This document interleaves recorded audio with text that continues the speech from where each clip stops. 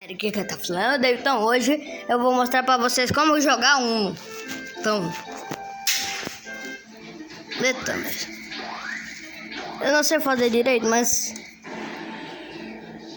sim, escolher 7 cartas, certo? Ó, tem que ficar assim, ó, um na frente do outro. Então, um na frente do outro. Então deixa eu pausar aqui para não ficar muito longo. Pronto, galera. Ó, tem que segurar assim, ó.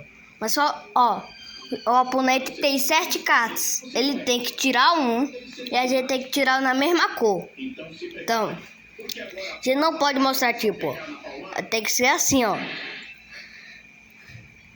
Ó, então, quando que eu tava jogando com o Enzo, eu já ganhei. Quanto que eu falei no final? Uno, já ganhei. Então, ó. Mas se o seu amigo tirar vermelho, você bota esse vermelho. Mas se ele tirar amarelo, e daí? Ele tem que botar amarelo. Mas se ele tirar verde, tem que botar o verde. Mas se você não tiver nenhum, mas se o oponente falar azul, você tem que comprar. Então, essas são as regras. Então, ó, seu oponente joga. Ó, então, o seu oponente joga. Tipo, ó.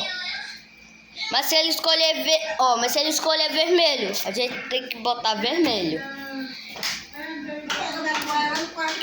Mas se ele botar amarelo, daí você bota amarelo. Mas se ele botar o verde, mas se você tiver o bloqueio, você pode bloquear o seu. Você pode bloquear o seu oponente. Então, ele tem que se desbloquear. Então, mas se ele tirar o preto, tipo esse, ó, tem que botar o preto. Tem que botar o preto, entendeu? Tem que botar o preto, ó. Mas se o seu oponente, tirar o que a gente não tem, a gente tem que comprar. Então, mas se ele tirar amarelo, ele vai indo. Depois, quando que ele terminar, tem que falar Uno. Quando que ele tirar o vermelho, a gente tem que botar o vermelho.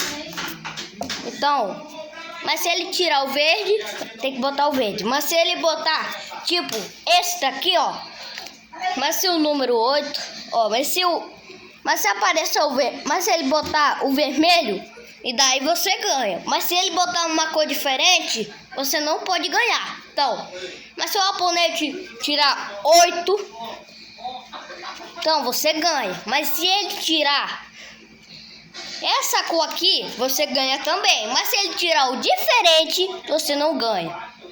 Então, mas se ele tiver com 2 cartas e você tiver com uma, você tem que falar assim, ó, Uno! E daí você ganha. Então, galera, esse foi o vídeo. Espero que vocês tenham gostado. Deixa o like, inscreve no canal e fui!